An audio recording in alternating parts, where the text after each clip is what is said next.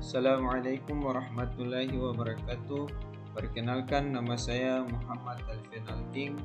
Saya merupakan mahasiswa dari kampus TIMIK Tidore Mandiri dengan nomor pokok mahasiswa 61011211035. Pada kesempatan kali ini, pada video yang saya buat ini, saya akan menjelaskan mengenai struktur dan fungsi dasar komputer. Tujuan dari pembuatan video ini adalah untuk memenuhi tugas pengganti UAS atau tugas pengganti ujian akhir semester pada mata kuliah organisasi komputer yang diajarkan oleh dosen Bapak Amal Khairan. Baik, tujuan dari pembahasan materi struktur dan fungsi dasar komputer adalah yang pertama, memahami struktur dasar komputer. Yang kedua, mampu menjelaskan fungsi utama komponen dalam sistem komputer. Yang ketiga, memahami proses kerja komputer melalui siklus instruksi. Dan tujuan yang terakhir yaitu menjelaskan konsep komunikasi antara komponen melalui sistem bus. Sebelum membahas mengenai struktur dan fungsi dasar komputer, saya akan mereview sedikit definisi komputer.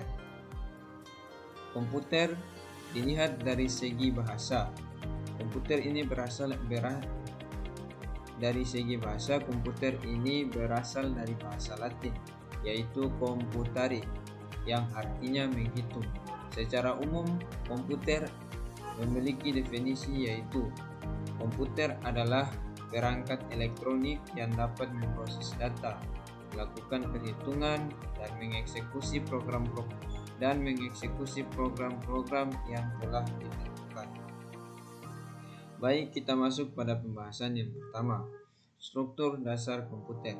Struktur dasar komputer adalah cara-cara dari setiap komponen komputer yang saling terhubung.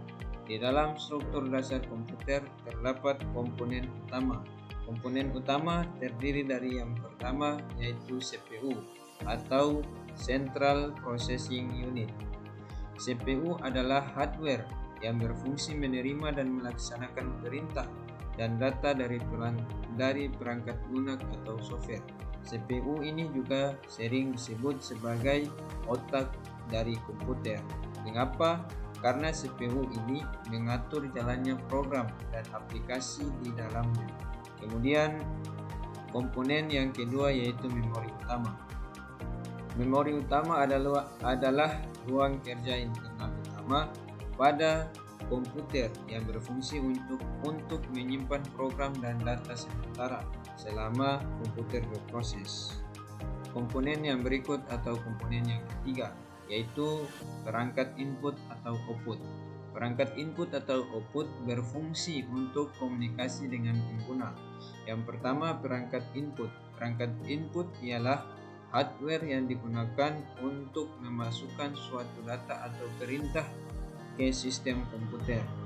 Kemudian perangkat output. Perangkat output adalah hardware yang digunakan untuk menampilkan atau menghasilkan keluaran seperti gambar, suara, ataupun dokumen hard copy. Komponen yang keempat yaitu sistem bus.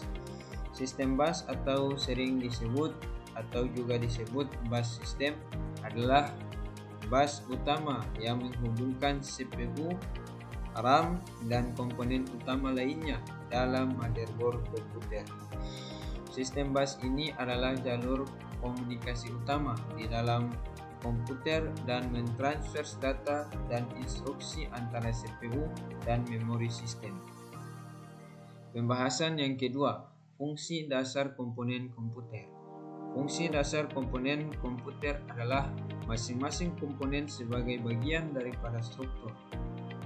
Fungsi dasar komponen komputer CPU.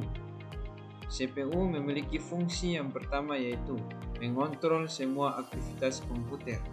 Aktivitas komputer di sini yang dimaksud adalah yang pertama menjalankan program, melakukan perhitungan, mengatur prosesor, mendukung multitasking, dan mengontrol aliran data.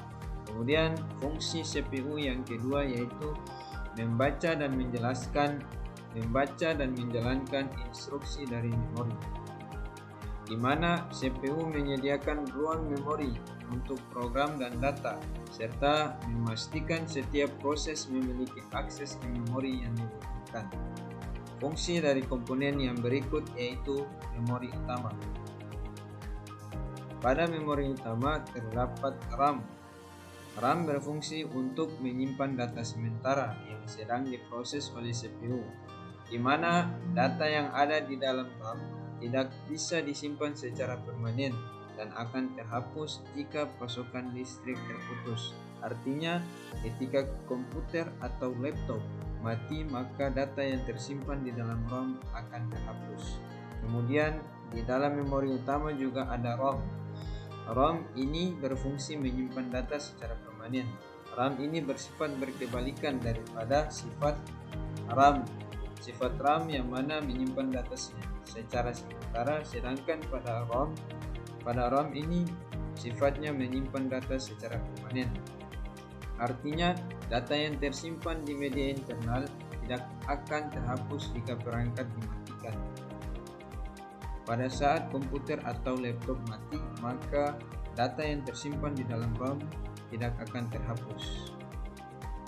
Komponen yang berikut, fungsi dasar komponen perangkat input atau output. Yang pertama, fungsi perangkat input. Di dalam perangkat input terdapat perangkat input langsung, di mana perangkat input langsung ialah perangkat input komputer yang bisa langsung diproses atau digunakan tanpa adanya konfigurasi terlebih dahulu. Contohnya keyboard dan mouse. Kemudian perangkat input tidak langsung. Perangkat input tidak langsung maksudnya adalah perangkat input komputer yang tidak bisa langsung digunakan, melainkan harus terlebih dahulu melalui proses tertentu. Contohnya hard disk. Kemudian contoh lain daripada perangkat input yaitu ada joystick, barcode, scanner, fingerprint, kabel data, flash disk, dan masih banyak lagi contoh-contoh.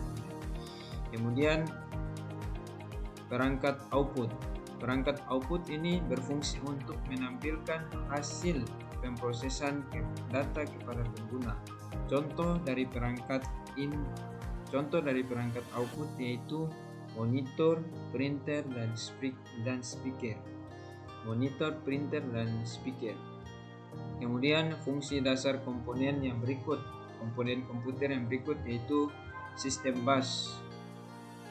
Sistem bus memiliki fungsi sebagai media komunikasi antara CPU, memori, dan perangkat input atau output, di mana sistem bus mentransfer data dari CPU, memori, dan perangkat input atau output yang terdapat dalam komputer.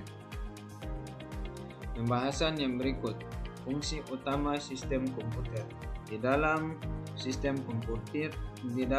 sistem komputer terdapat beberapa fungsi utama, yaitu yang pertama, pemrosesan data.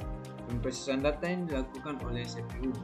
Di dalam CPU ada yang namanya ALU atau Arithmetic Logic Unit. Jadi pemrosesan data yang dilakukan oleh CPU melalui ALU. Kemudian fungsi yang kedua yaitu penyimpanan data. Penyimpanan data disimpan sementara atau data disimpan sementara di RAM atau secara permanen di HDD atau SSD. Fungsi utama sistem komputer yang ketiga yaitu komunikasi data. Komunikasi data ini melibatkan transfer data antara komponen melalui bus atau melalui jalur komunikasi atau jalur pengiriman. Kemudian fungsi yang terakhir atau yang keempat yaitu pengendalian proses. Pengendalian proses ini dilakukan oleh CPU. CPU mengontrol alur instruksi melalui control unit atau singkat CU.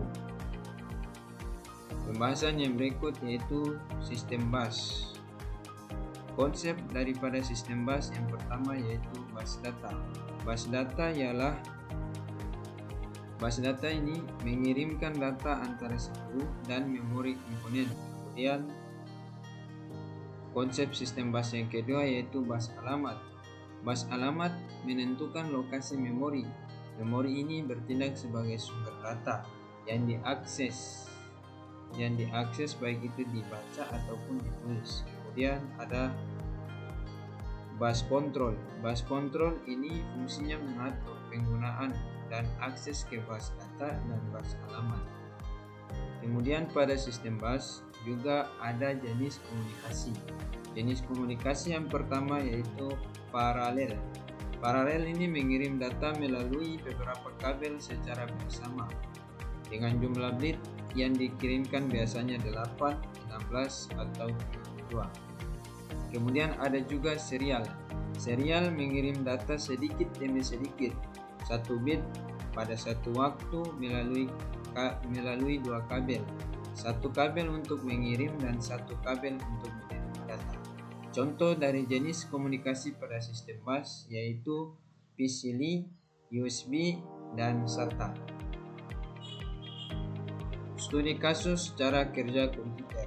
Yang pertama, ketika pengguna mengetik pada keyboard itu merupakan bagian daripada input atau menginput data, di mana perangkat input mengubah informasi menjadi data digital dalam bahasa biner 1 dan 0. Kemudian data diterima CPU dan diproses oleh ALU. Ini merupakan bagian dari pemrosesan data, di mana unit pemrosesan sentral atau CPU mengambil data dari memori dan melakukan operasi matematika atau logika. Kemudian hasilnya dipindahkan ke memori dan ditampilkan pada monitor, atau ini merupakan bagian dari output atau menampilkan hasil, di mana hasil operasi dari CPU disimpan kembali ke memori dan ditampilkan ke perangkat output. Itulah tadi cara kerja daripada komputer, baik dari bagian input, pemrosesan maupun output. Baik, itulah tadi pembahasan mengenai struktur dan fungsi dasar daripada komputer. Dari pembahasan tadi dapat ditarik kesimpulan bahwa komputer itu terdiri dari CPU, memori, perangkat input dan output, dan sistem bus. Kemudian fungsi dasar komputer meliputi pemrosesan data, penyimpanan, komunikasi dan kontrol, dan siklus instruksi adalah inti proses kerja dari komputer.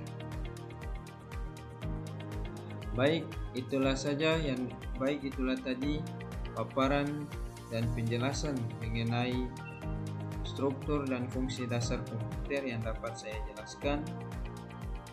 Saya memohon maaf atas kesalahan, baik kesalahan kata-kata atau kurangnya pemaparan materi yang saya bawakan pada kesempatan dan pada video kali ini. Atas perhatiannya saya ucapkan terima kasih. Syukur dofu. Billahi taufiq wal hidayah. Wassalamualaikum warahmatullahi wabarakatuh.